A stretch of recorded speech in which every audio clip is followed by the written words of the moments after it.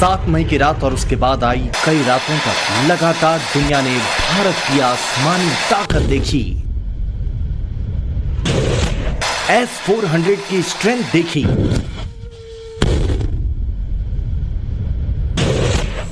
पृथ्वी air defence का power देखा,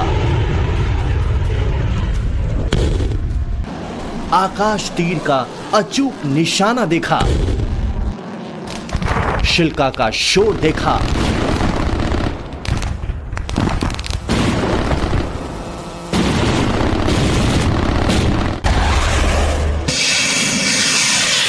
Barak 8 का दुश्मन पर बर्बर प्रहार देखा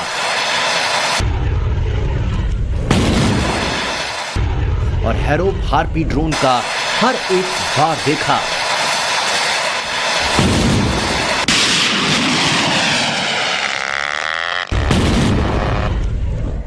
लेकिन भारत इससे आगे बढ़कर अब दुनिया को चौंकाने वाला है।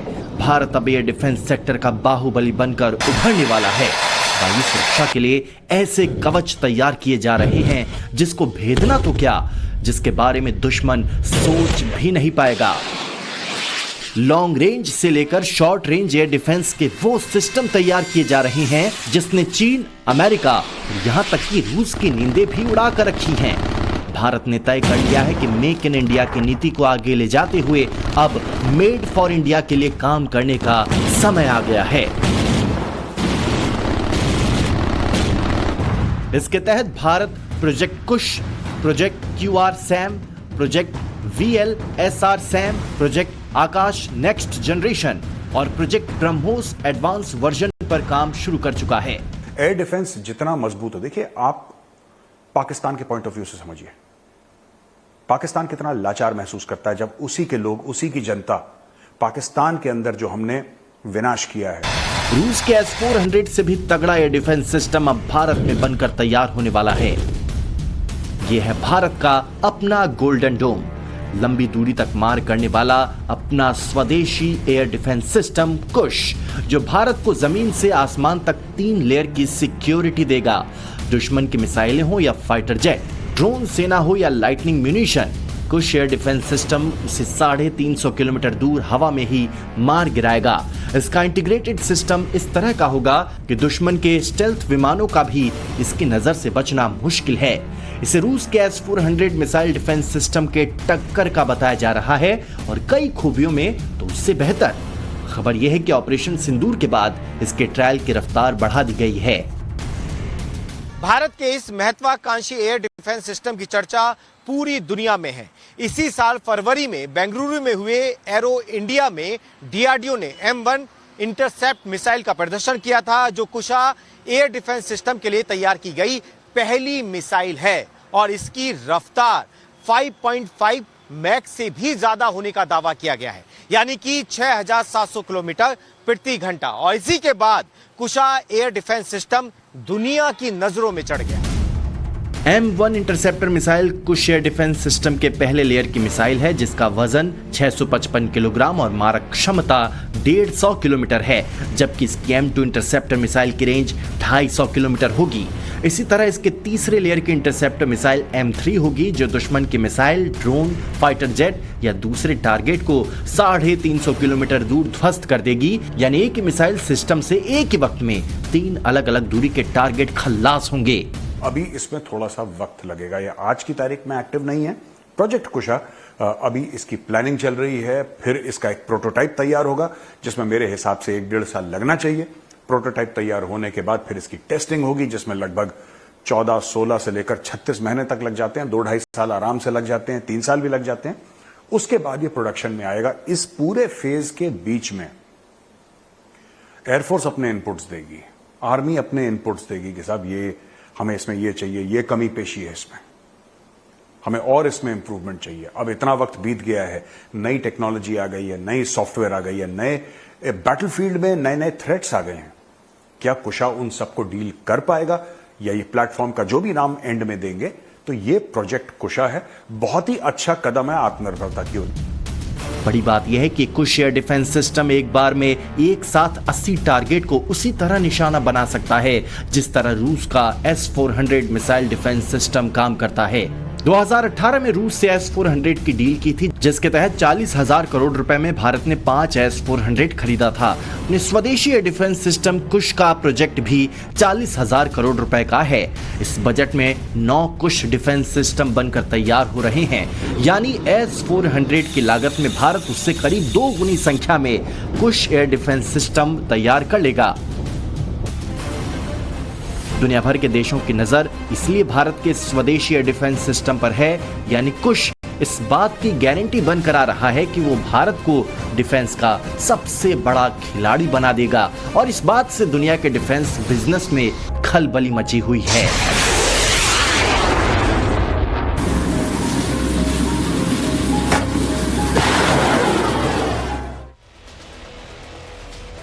ऑपरेशन सिंदूर ने एक और जहां पूरी दुनिया को भारत की एयर डिफेंस की ताकत को दिखाया, वहीं इन ऑपरेशन के पीछे काम करने वाली महिला शक्ति को भी सामने रखा।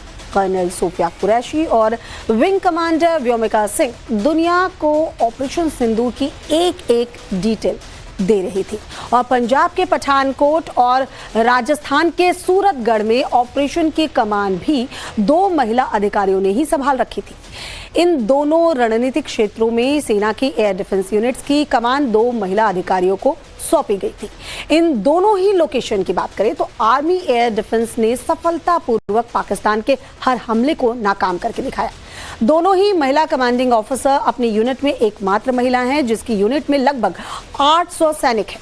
भारत की सेना की बात करें तो इस समय लगभग 120 महिलाएं भारतीय सेना में कमांडिंग ऑफिसर के रूप में सेवारत हैं, और उनमें से 60% उत्तरी और पूर्वी कमांडो ऑपरेशनल यूनिट को कमांड भी कर रही हैं। ये वो कमांड है जो भारत के बॉर्डर इलाकों की रक्षा करते हैं। अब आगे देखिए कैसे भारत का आकाश तीर कर रहा है दुश्मनों पर घाव गंभीर। आकाश एयर डिफेंस सिस्टम के अंडर आने वाला आकाश तीर एक स्वदेशी एयर डिफेंस सिस्टम है, जिसे भारतीय सेना के लिए DRDO यानी defence research and development organisation, ISRO यानी इंडियन स्पेस रिसर्च ऑर्गेनाइजेशन और बेल यानी भारत इलेक्ट्रॉनिक्स लिमिटेड ने मिलकर डिजाइन और डेवलप किया है। इसकी सबसे बड़ी खूबी यह है कि इसके सेंसर से लेकर टारगेट पर काउंटर अटैक की पूरी प्रोसेस को भारत में ही डिजाइन और तैयार किया गया है। इसका काम लो लेवल एयर स्पेस की निगरानी करना और ग्राउंड पर तैनात एयर डिफेंस वेपन सिस्टम को कंट्रोल करना है। आकाश तीर की तस्वीर आपको दिखाते दिखाते ये भी समझाएंगे कि किस तरीके से इस पूरे इन्फॉर्मेशन को ये ट्रैक करता है। हवा के अंदर जितने भी UAV हैं या फिर ड्रोन्स हैं या फिर मिसाइल्स हैं, इन सभी को ये ट्रैक करता है, मॉनिटर करता है।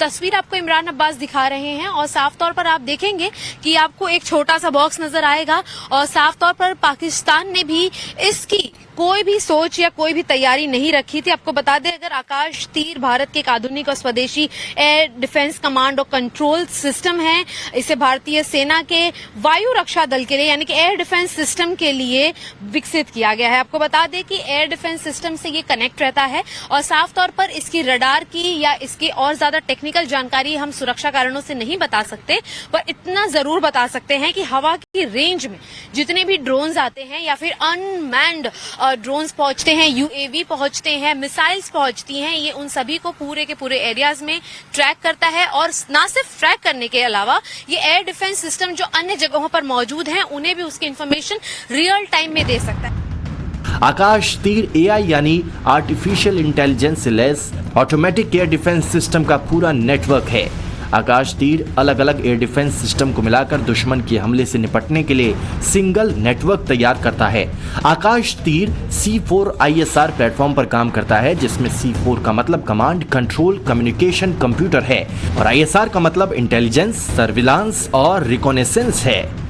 रडार, सेंसर्स और सैटेलाइट से मिले सिग्नल की मदद से आकाश तीर टारगेट की सटीक पहचान करता है, और फिर काउंटर अटैक के लिए अपने नेटवर्क से जुड़े हथियारों को एक्टिवेट करता है।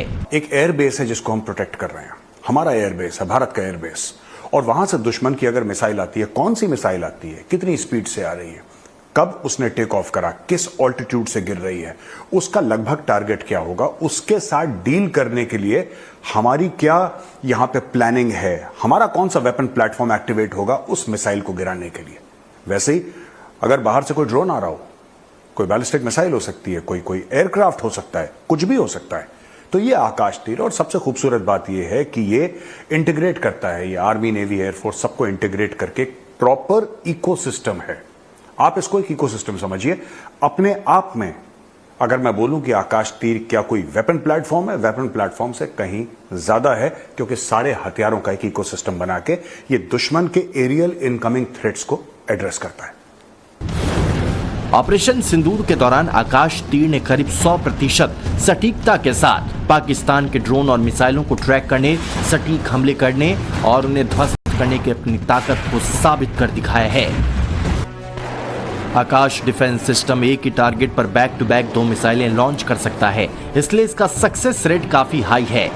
डीआरडीओ लगातार इसकी मारक क्षमता को और ज्यादा बढ़ाने के लिए लगातार प्रयास कर रहा है और आकाश नेक्स्ट जनरेशन प्रोजेक्ट को और आगे बढ़ा रहा है। 8 और 9 मई की रात को पाकिस्तान की तरफ से ड्रोन और मिसाइल के अटैक किए गए, लेकिन आकाश ने ऐसा डिफेंस सिस्टम बनाया कि पाकिस्तान की कोई भी मिसाइल या ड्रोन ने भारत की जमीन को छुआ भी नहीं। जम्मू कश्मीर के एलओसी से लेकर गुजरात, राजस्थान और पंजाब में लगभग 15 सरहदी इलाकों में आकाश डिफेंस सिस्टम को लगाया गया था, जिसने पाकिस्तान के मेड इन तुर्की ड्रोन्स के परखच्चे उड़ा दिए। आत्मनिर्भर भारत डिफेंस प्रोजेक्ट के अंतर्गत medium range surface to air missile यानी MRSAM, quick reaction surface to air missile यानी QRSAM और very short range air defence system यानी VSHORADS पर एक साथ काम कर रहा है। ऑपरेशन सिंदूर खरीदने के लिए मार मच गई है। भारत और रूस मिलकर ब्रह्मोस मिसाइल का नया और बेहतर वर्जन बनाने पर काम कर रहे हैं। करीब 20 देशों ने भारत से ब्रह्मोस मिसाइल को खरीदने में दिलचस्पी दिखाई है। फिलीपींस पहले ही भारत से करीब 3200 करोड़ की ब्रह्मोस मिसाइल खरीदने का ऑर्डर दे चुका है, जो भारत के लिए ब्रह्मोस मिसाइल का पहला एक्सपोर्ट ऑर्डर है और इस ऑर्डर की पहली खेप फिलीपींस को सौंपी भी जा चुकी है। ऑपरेशन सिंदूर में ब्रह्मोस की कामयाबी के बाद फिलीपींस ने भारत से और ब्रह्मोस मिसाइल खरीदने में इंटरेस्ट दिखाया है। ऑपरेशन सिंदूर के बाद इंडोनेशिया भी भारत के साथ ब्रह्मोस मिसाइल की डील लॉक करने पर विचार कर रहा है। सूत्रों के मुताबिक ये डील 3800 करोड़ से ज्यादा की हो सकती है। जिस तरह ऑपरेशन सिंदूर में ब्रह्मोस मिसाइल ने पाकिस्तान में तैनात चीन के रडार सिस्टम को चकमा दिया, उसके बाद चीन का पड़ोसी देश वियतनाम भी भारत से जल्द ब्रह्मोस मिसाइल की डील फाइनल करना चाहता है। सूत्रों के मुताबिक वियतनाम के साथ ब्रह्मोस के लिए 6000 करोड़ की डील करीब फाइनल हो चुकी है। इसके अलावा थाईलैंड, सिंगापुर और ब्रुनेई ने भी भारत से ब्रह्मोस मिसाइल खरीदने में दिलचस्पी दिखाई है। यही नहीं, ब्रह्मोस की धमक हथियारों के सबसे बड़े सौदागर माने जाने वाले अमेरिका के पड़ोस तक पहुंच चुकी है। लैटिन अमेरिकी देश ब्राजील, चिली, अर्जेंटीना और वेनेजुएला ने भी भारत से ब्रह्मोस मिसाइल खरीदने में दिलचस्पी दिखाई है। पाकिस्तान के पास और यहां तक चाइना के पास भी कोई ऐसा प्लेटफॉर्म नहीं है, एक बार ब्रह्मोस आपने फायर करी उसको रोक पाए। आपने ब्रह्मोस ने जो तांडव करा था वो तो आप देख ही चुके हैं। एक बार भारत से ब्रह्मोस चली, फिर पाकिस्तान के पास कोई ऐसा प्लेटफॉर्म नहीं है। वो जितने भी एयर डिफेंस सिस्टम अपने चाइना से ले ले, Once a BrahMos is fired, it will find its target, और पाकिस्तान इससे भली भांति परिचित है। अब बात यह है कि जो सुखोई के ऊपर एक ब्रह्मोस लग रही थी, अब उसका लाइटर वर्जन बनाया जाए और उस पर 4-4 ब्रह्मोस लगाई जाए।